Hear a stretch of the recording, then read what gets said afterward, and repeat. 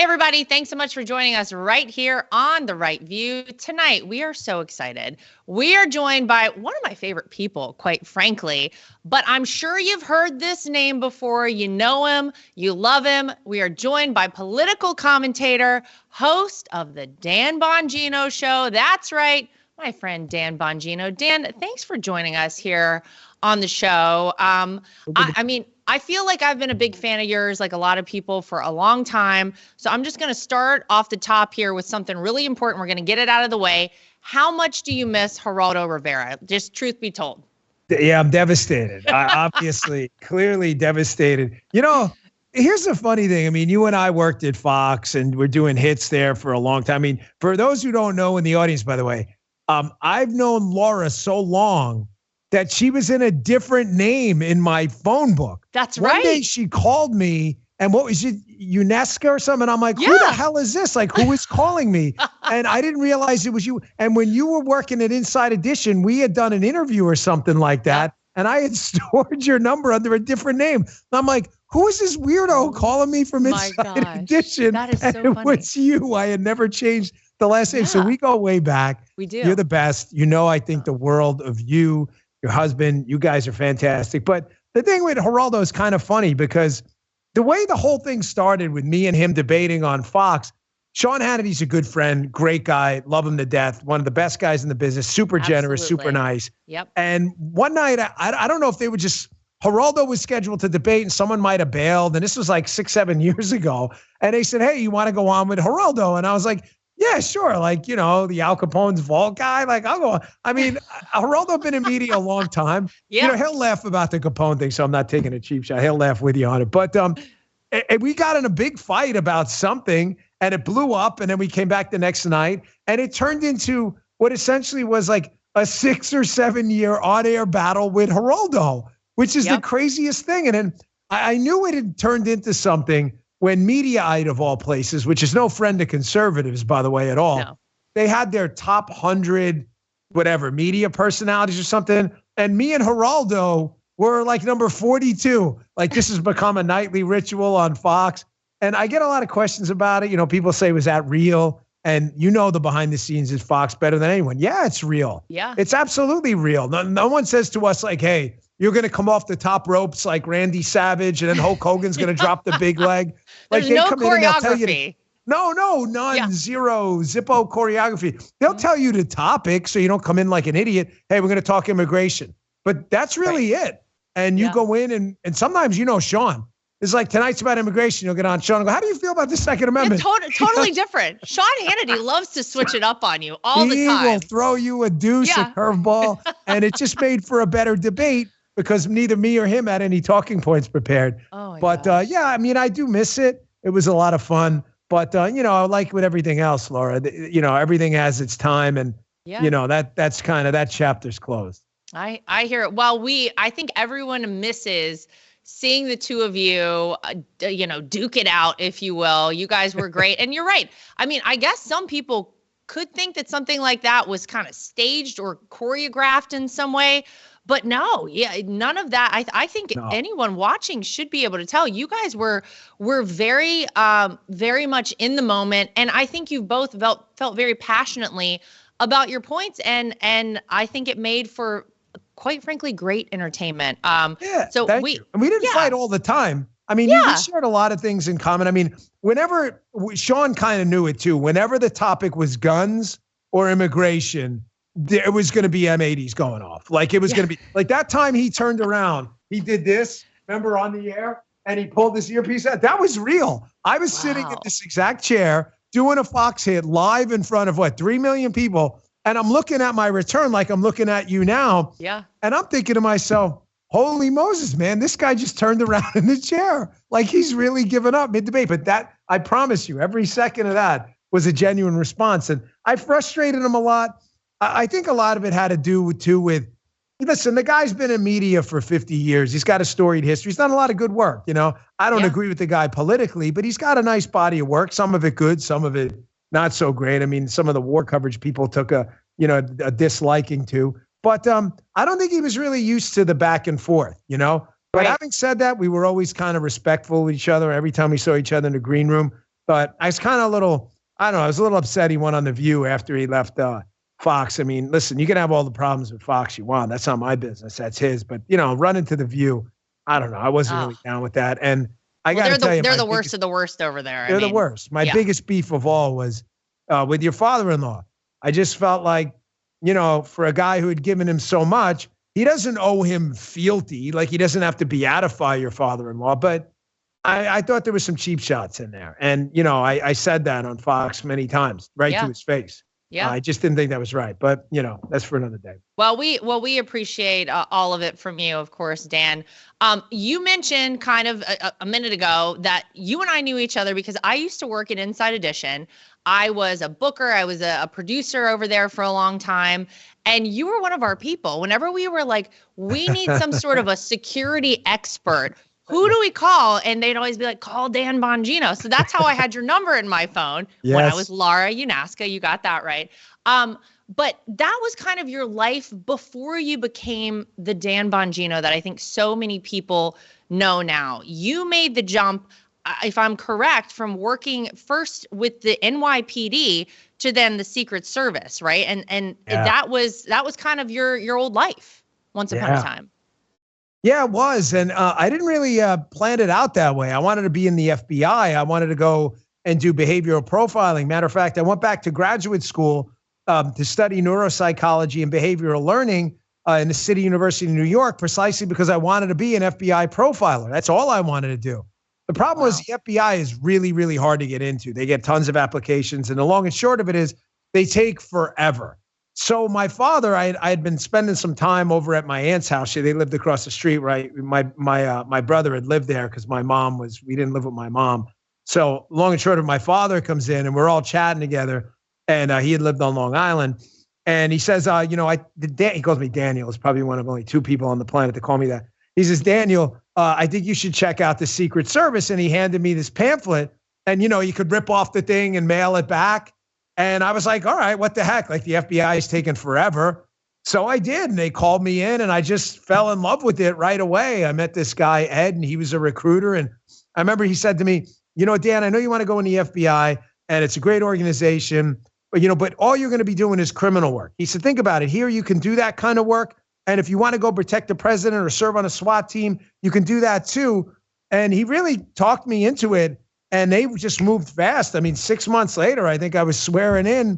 And that was my life. And I loved it for so long. I mean, being in the Secret Service, it's a big transition from being a cop, though. I explain this on the podcast a lot.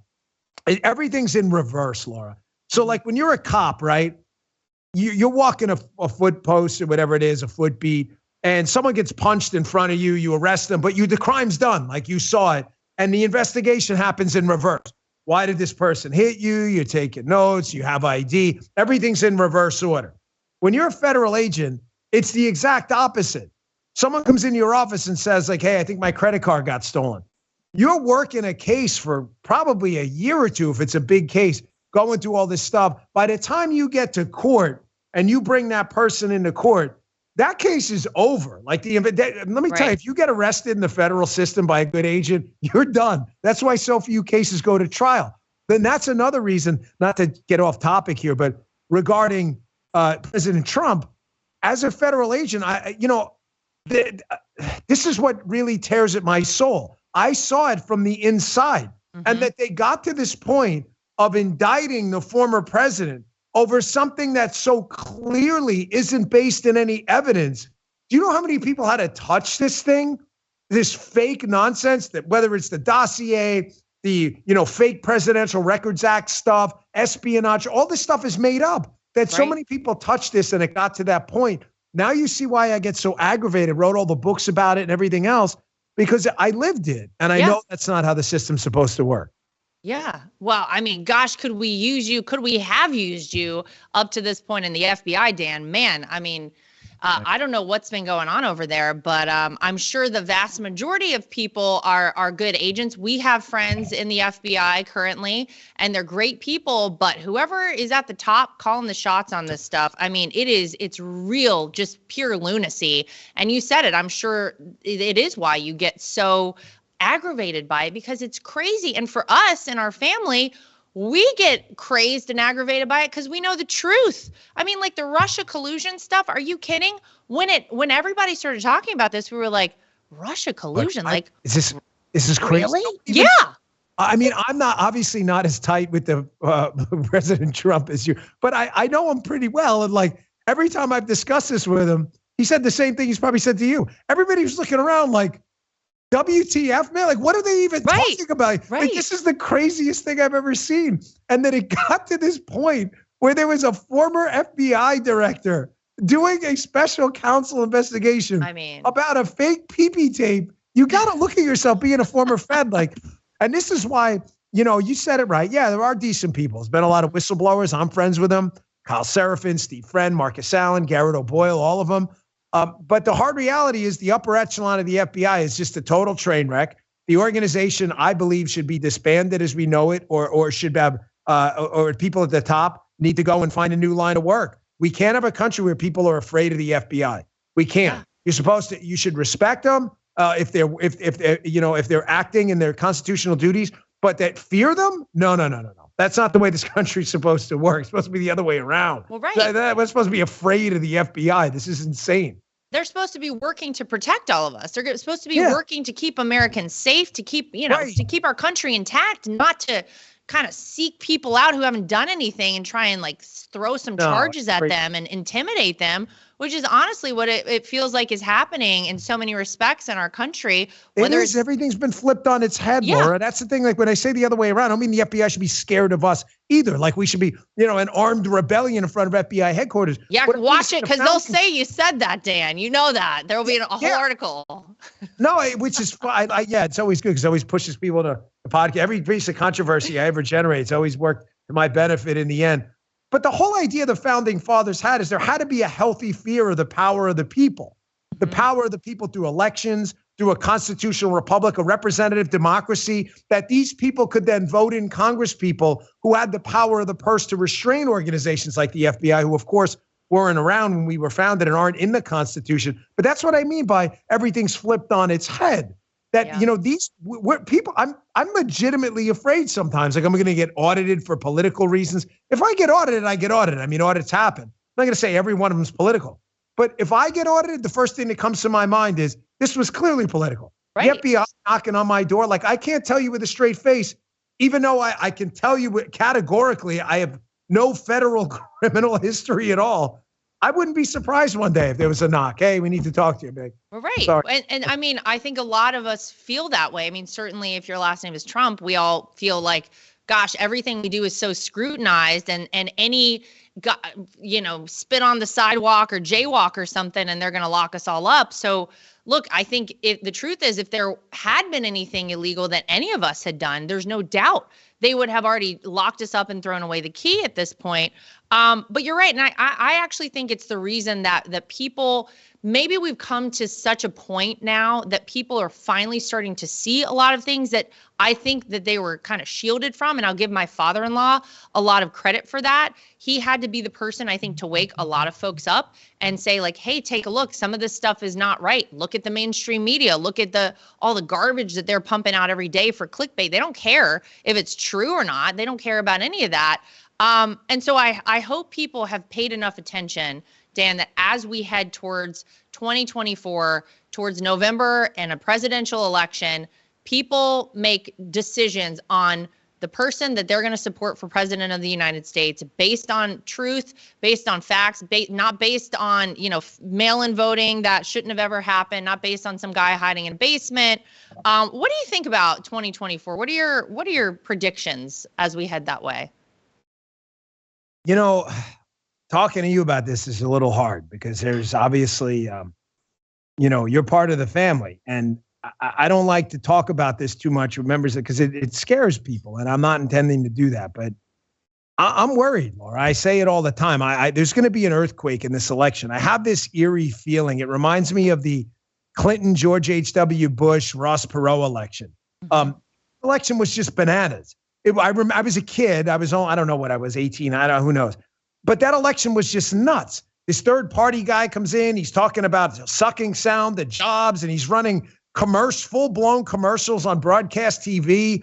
He gets 33% of the vote, drops out of the race, Ross Perot, jumps back in the race later on with some crazy story. Bill Clinton gets smoked in the early primaries, comes back. People are talking about these lurid sex tales, and he keeps going up in the polls. It was the craziest thing I had ever seen. And then George H.W. Bush loses even after he was at 80% approval after Gulf War I. And I remember thinking to myself, did that just happen? And I've got this eerie feeling with this race. A couple things bother me. On our side, on the Republican side, I believe primaries are a good thing. Now, I haven't run myself. When you're going through them, any candidate's going to be like, oh, BS, they're not good things or a waste of resources. No, BS, they're not a waste of resources. They're really good things. They keep you in the news cycle, number one. But Laura, no one would be talking about Joe Biden if he wasn't the current president. If he was a candidate like Mary Simpson, no one would be no one cares, right? Right. Him being in the White House is the only reason he gets that earned media. When you're in a hot primary race, you're in the media every single day, everyone. And you're seeing, did the primary hurt President Trump? Actually, as the more candidates who jumped in, his polls have gotten higher. Right. So it proves my theory. I mean, think about it, right? Even the last few presidents, Barack Obama had a tough primary. Hillary Clinton. George Bush had a tough primary. John McCain. I mean, it goes on and on and on. Bill Clinton had a tough primary. Bill Clinton was like 4th or 5th in the primaries up until the comeback kid stuff started. But having said that, there's really 3 lanes to this now. There's the Trump lane. I call it the Trump lane because it's usually called the front runner lane, but the front runner lane is usually the guy 5 or 6 points ahead. The president is so far ahead right now that I call it the Trump lane because it's not even close. He's like 30 points ahead. So he doesn't have to act like a front runner. He has to act like the guy. Like as long as he doesn't really blow this right now, he's really in his own lane. The second lane is kind of like the runner-up guy, the next big thing lane. And then there's always like the guy who wants the Fox News show lane. So those are my 3 lanes. Like the guy who's, I'm talking about, the guy who stays in way too long to get a Fox News show. I'm not knocking him. Like, hell, I would have done this again. Why not? If you can stay in and you think you've got something to say and the audience is going to like you, whatever, do your thing. I mean, I'd never run for president, but whatever. But so right now you got the Trump lane. The problem I think these other candidates are going to have is not in lane 3, right? Because you're going to see massive dropouts after Iowa and New Hampshire. Mm-hmm. Someone there is going to come out of that, with a Newsmax show or a Fox show, whatever it may be. The problem is the number 2 lane.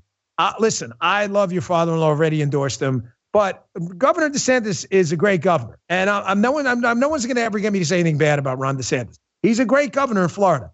I don't think it's his time right now, but he's got a problem.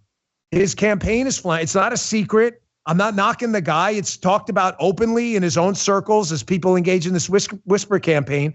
And I think the problem started after, was it the Mar-a-Lago raid or one of those incidents with President Trump where the response was kind of milquetoast and kind of too cute by half. And I think a lot of even marginal Trump supporters were like, wait. If you don't understand, this is the fight of our time, the police state, and they'll come for you next. My humble opinion, I think that's when things change. And if you looked at the polls, you'll see it. And he's got an added problem right now, too, which is Vivek. I know. Vivek is he's moving really up. Come out hot. Oh, my gosh. I've never seen a guy with no political experience outside of, your father-in-law was different. I mean, everyone on planet Earth knew Trump. Nobody knew Vivek outside of the Fox thing. He was a tech entrepreneur. Yeah. But he's got a lot of people excited. So I think Trump lane's fine. The Fox News show lane, we'll figure that out in time. But I think that middle lane is going to be the most exciting. Ron DeSantis really has to keep his eyes out, not for the president. I think that, I've said it before, I think that's almost done and over.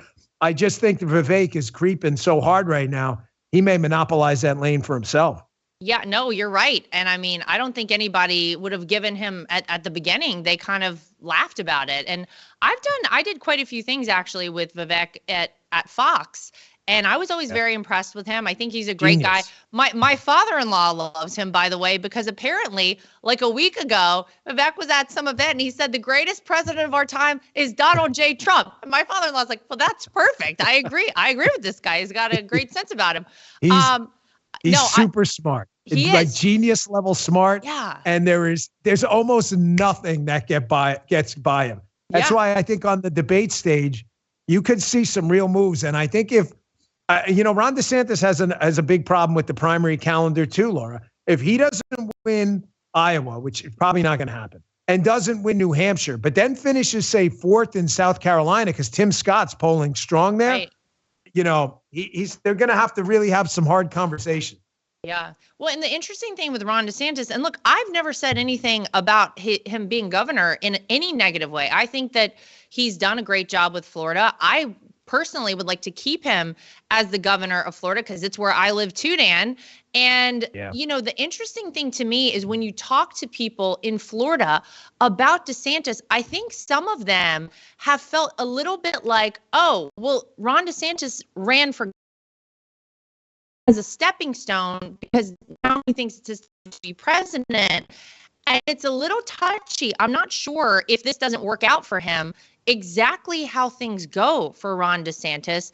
It's going to be very interesting to watch. I continue to believe that Donald Trump will be the Republican nominee. As you stated, he's about 30 points ahead of the rest of the field. It's almost no question, unless there's some catastrophe of some variety or some major issue that happens. And even in those cases, with my father-in-law, as you know, it usually doesn't matter. But this is certainly a crazy time in politics. What do you think about the Democrat side? Because look, we obviously have Joe Biden, who's just like a shell of a president. I don't think anyone believes that this guy is actually calling any shots or running the country. Clearly line the pocket of the Biden family, in which case he's happy to make a phone call, it turns out. But, you have a couple other people in there. Is there anywhere in your mind that Joe Biden is not the Democrats' candidate for president? Yeah. One quick thing, too. I just want to wrap that up because I think I left the audience dangling on your show. The reason I said in the beginning I was so apocalyptic, and I don't like to talk about it, but I've said it on my show, and it would be unfair to say it here. They're ginning up a lot of hatred against President Trump.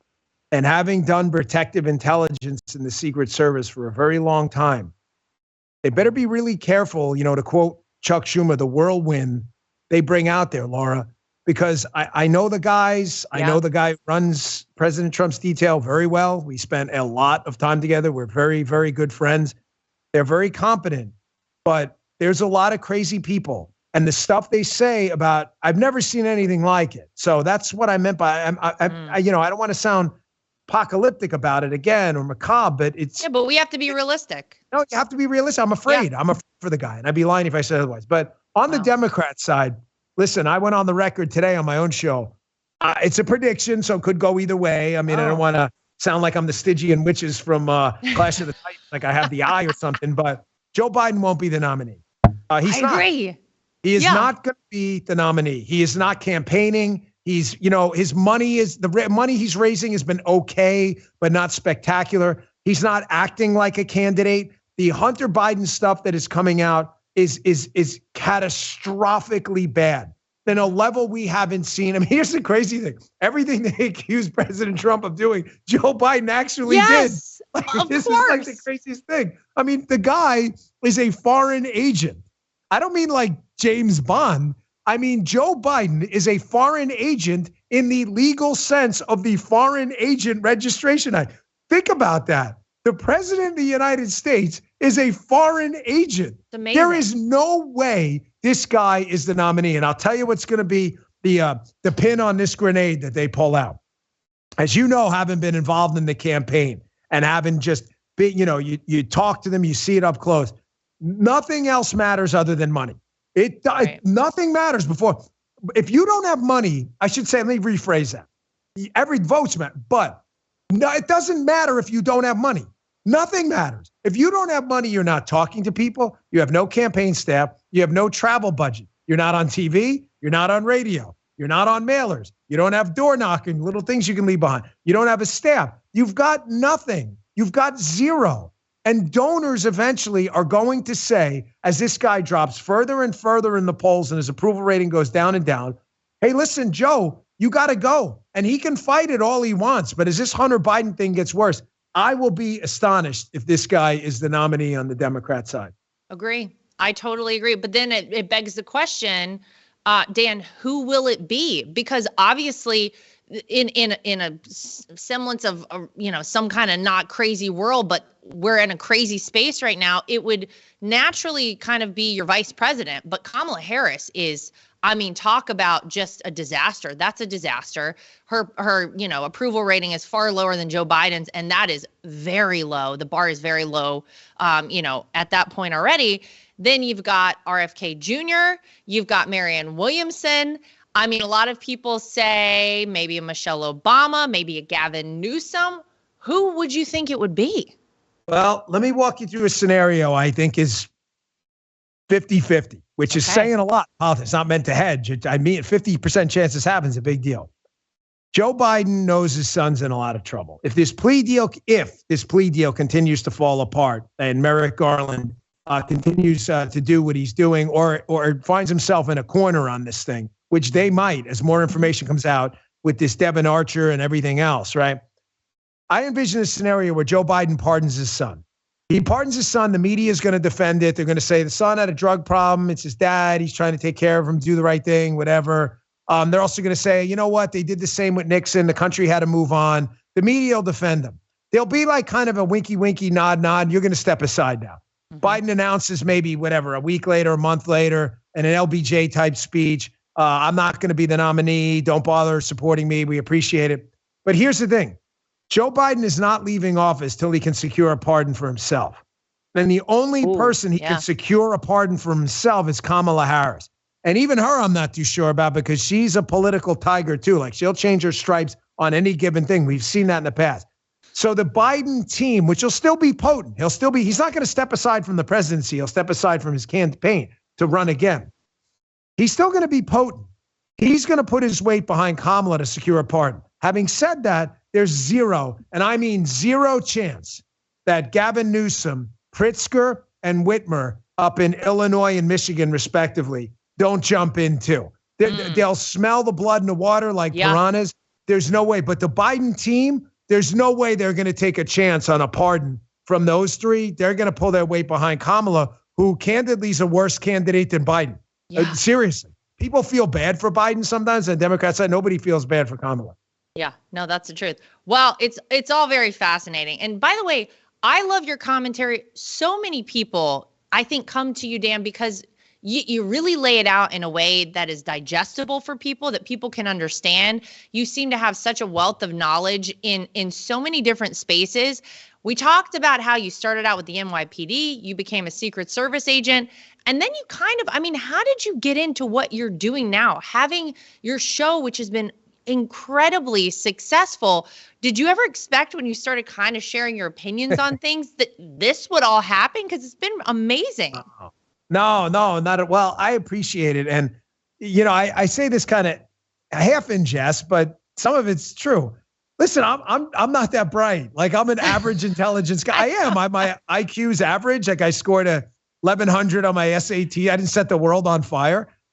So the thing is, I think the reason I explain things and the show works as kind of like Dan Bongino University on radio and podcast is because that's how I explain it to myself.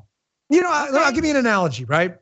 The best baseball and basketball players in the world sometimes make the worst coaches because everything came easy to them. Like Jordan, Jordan doesn't need to learn how to shoot. It just came natural to him. Like, yes, he can make himself better, but you'll never be Michael Jordan regardless of how much you practice. But it'll make you a great coach because you have to take every single little kind of shortcut and life hack to be able to be 1/10 of the player Michael Jordan is. And then you impart that on others.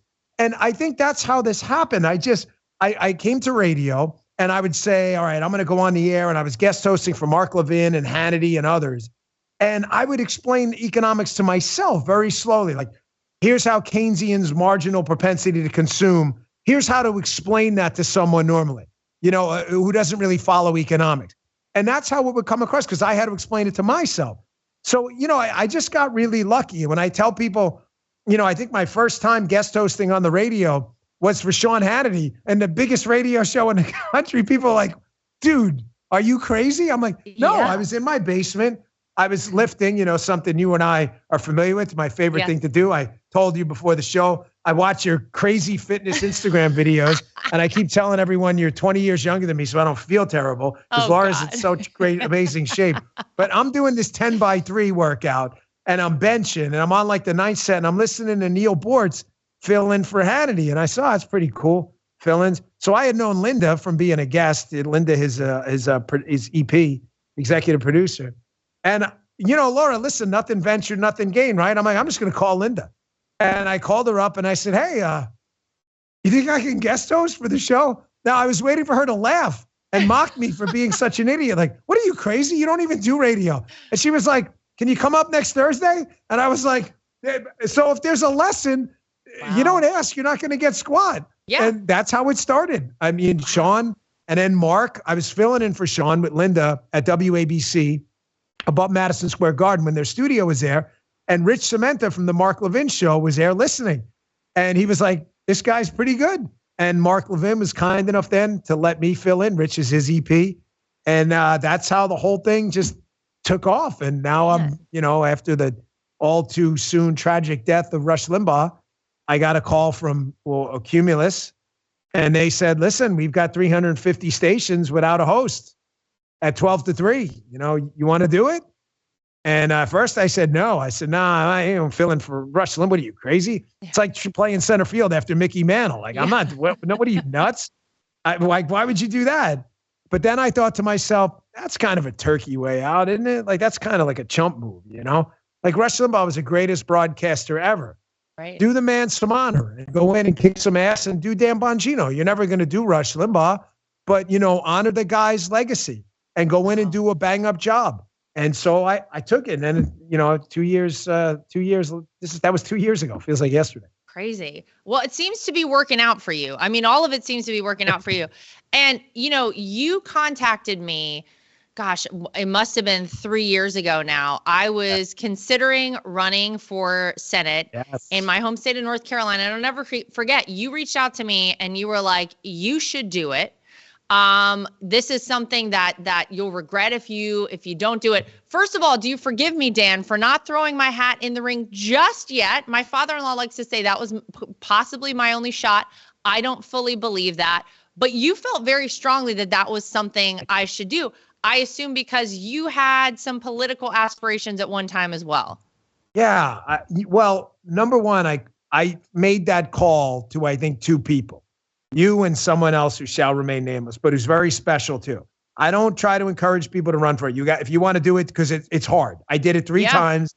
It sucks. It's demoralizing.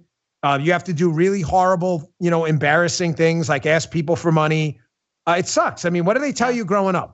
Don't talk about yourself. It sounds boastful. And don't ever ask people for money. That's politics. That's all you do all day.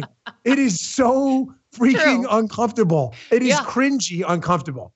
However, you were special. There's the minute I met you, and I'm not talking about seeing you on TV.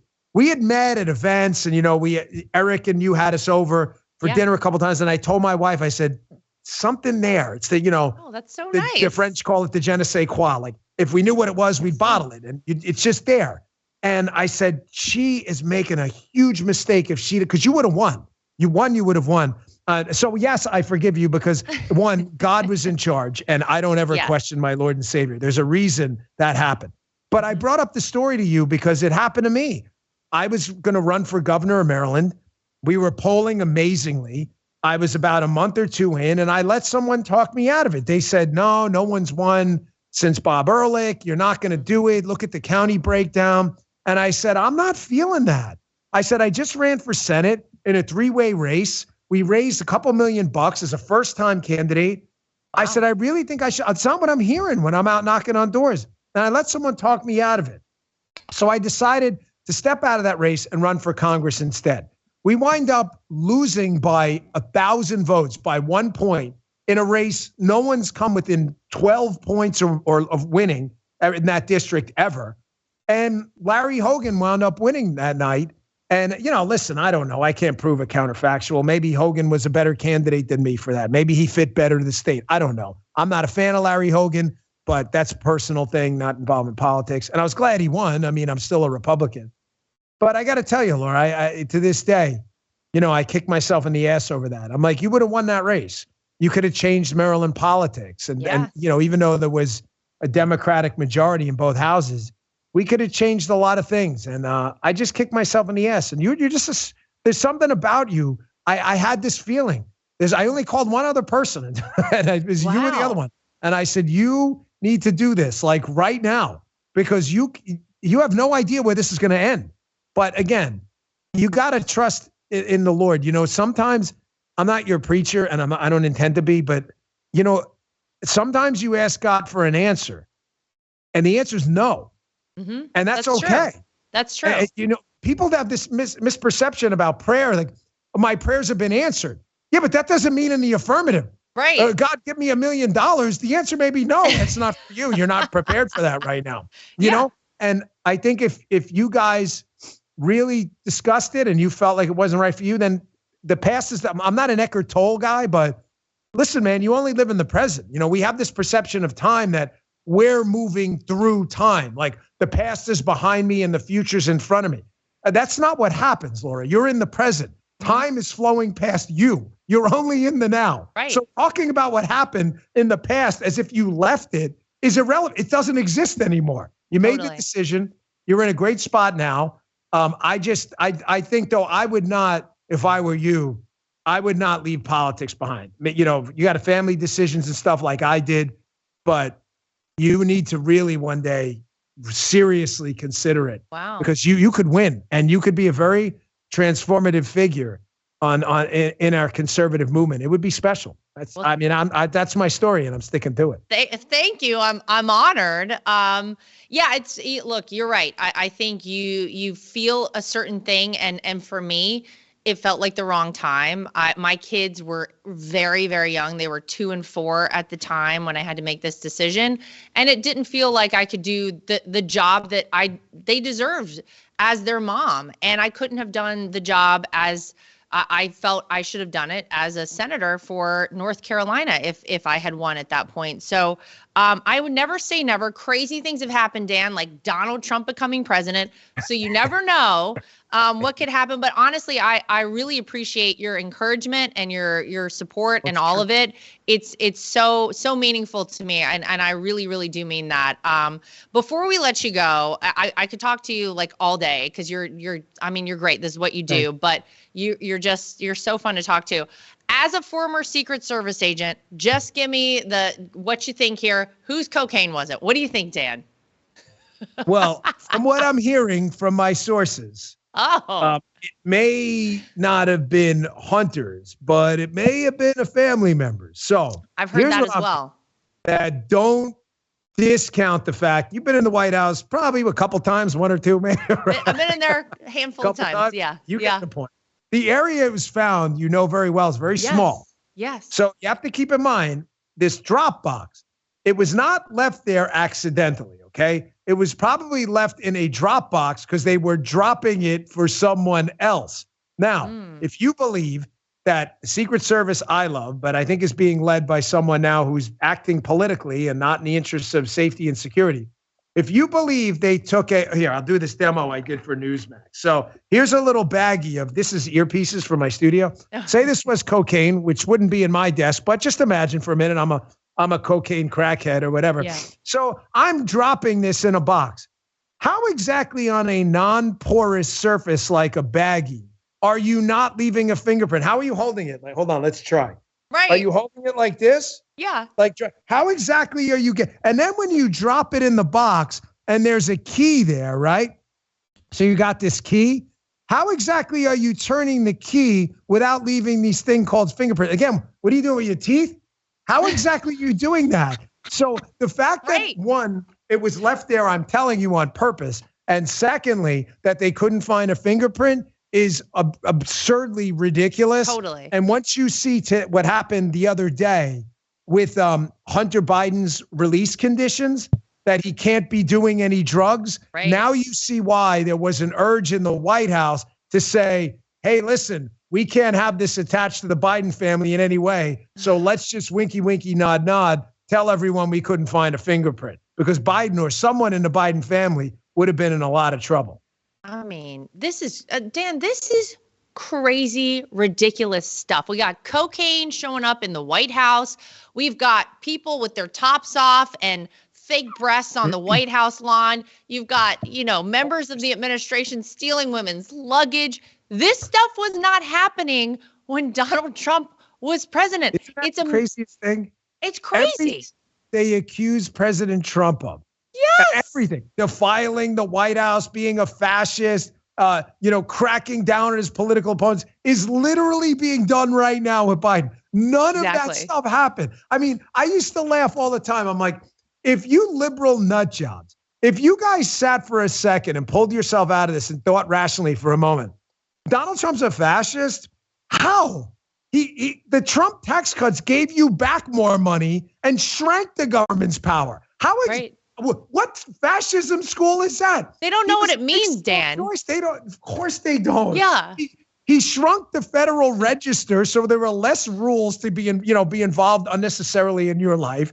He was a big school choice advocate. I mean, the only people attacking Donald Trump were people within his own administration who sold him out. Right. Who were so committed to this swamp atmosphere that when he came in and was like, no, I meant what I said. Like, we're going to clean this joint out. They were like, not on our watch. And if one more thing though on this, sorry, but I think, and I hope there's going to be a second term, but the one thing I would change, and I said this to him too, so not name dropping or anything. It's not like speaking out of turn. We got to do better with personnel. I know what he was thinking. He had this team of rivals kind of approach they wanted to do, which is smart. Like, why keep the Mitt Romneys on the sidelines sniping at you? You bring them on the team inside the 10. I get it. The problem is he was such a transformative figure and he did things so differently, whether it was the Abraham Accords, where he just totally went outside of the Middle East peace box. So many people's grift were disturbed by that, that the team of rivals approach, it may have worked for Lincoln, but it isn't going to work for President Trump. You got to bring in door kickers, man. Yeah. People who are going to go in there and just be like, get out. Swamp time is over. He is an existential threat to their lifestyle. Yep. And they're going to get in there and screw him over. So if there was one thing, and I don't run away from that. A lot of people are like, wow, why do you support Trump? He made so many terrible decisions. I'm like, you don't understand what happened. One, he wasn't hiring 4,000 people from the plum book. He's relying on advisors like every president in human history has. And people went to him and said, hey, other presidents have done this. Even Barack Obama hired Republicans, Hagel and John Huntsman, to be in their administrations because they wanted this team, and it worked in the past, this team of rivals approach. Right. You don't want them sniping on you from outside the tent, right? Bob Gates is another one. The difference is your father-in-law was a different guy. He wasn't playing by the rules, and next time we get in there, we can't do any of that. Get rid of all these AUSAs, the upper echelon of the FBI. He's got about 100 days to do it. And when the media starts wetting their diapers over firing Christopher Wray, fire 100 more people. And then when they write that story, fire 1,000 more. They'll be writing a story. They'll be like, hold on, breaking news. He fired 1,000 more, and they won't know what to write. Can't keep up. It's the only way to get it done. I know. No, I agree with you. And by the way, I do think it was a lesson learned. And what people, I'm sure you know this, Dan, and people have to remember about Donald Trump, he wasn't a politician. He went from 0 to 1,000,000. You went from not ever being involved in politics to becoming president of the United States. Yes. And oftentimes there's an apparatus that surrounds a candidate on both sides of the aisle. And these are all, I mean, a lot of them are swampy people, but they're people from within the Republican Party, people within the Democrat Party.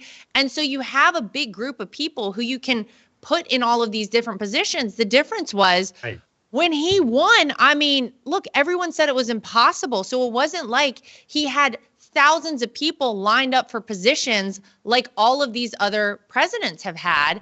We kind of had understands that. He had a scramble. And when you're a senator who's say you're in 12 years, 2 terms, right? You're a senator. You've been lobbied by 1,000 people, probably 10,000 people. When you get into office, Laura, you know this. You don't think these lobbyists are going, hey, it'd be great to have my guy in there in the EPA. Mm-hmm. That's what you want?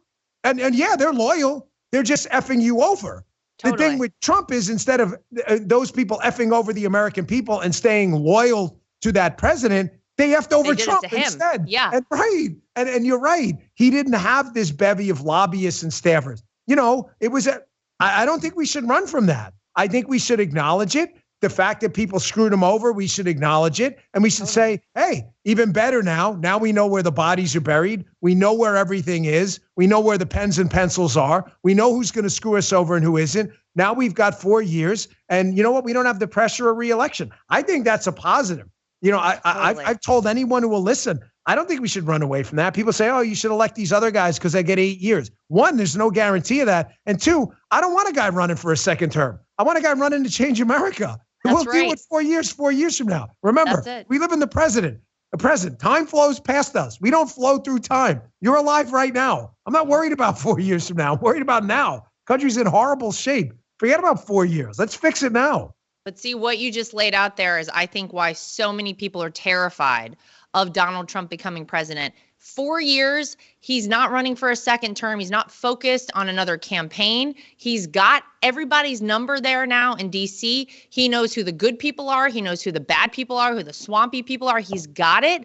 That is very scary, I think, to the real, like, deep state, to the swamp, to all those people who are scratching each other's backs in Washington, D.C. because a second Trump term, I mean, the guardrails are off. He's just going ham on all of it.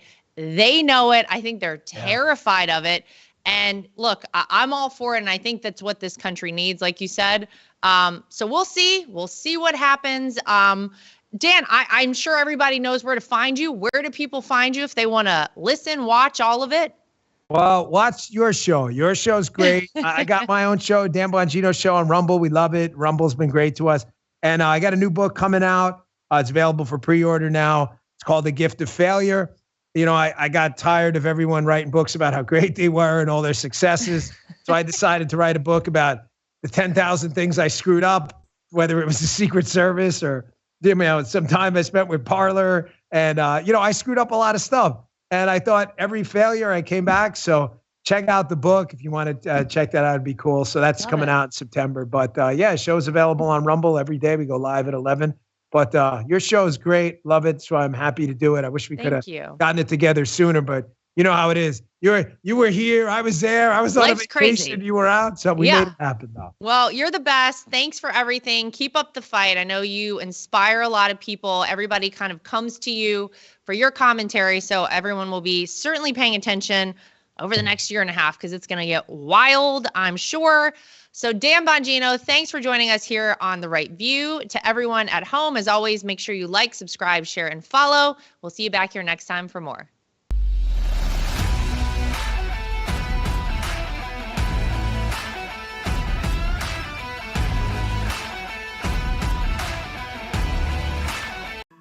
So I'm like a lot of people. I love to wear an Apple Watch, but I hate how it looks. And I scoured the internet to search for the best looking Apple Watch cases I could find, and I found it. goldandcherry.com. They have absolutely beautiful watches, as you can see here. Everything is waterproof. Everything looks good with different outfits. You can get sporty, you can get fancy, but they are great quality, made out of Delaware in the United States of America.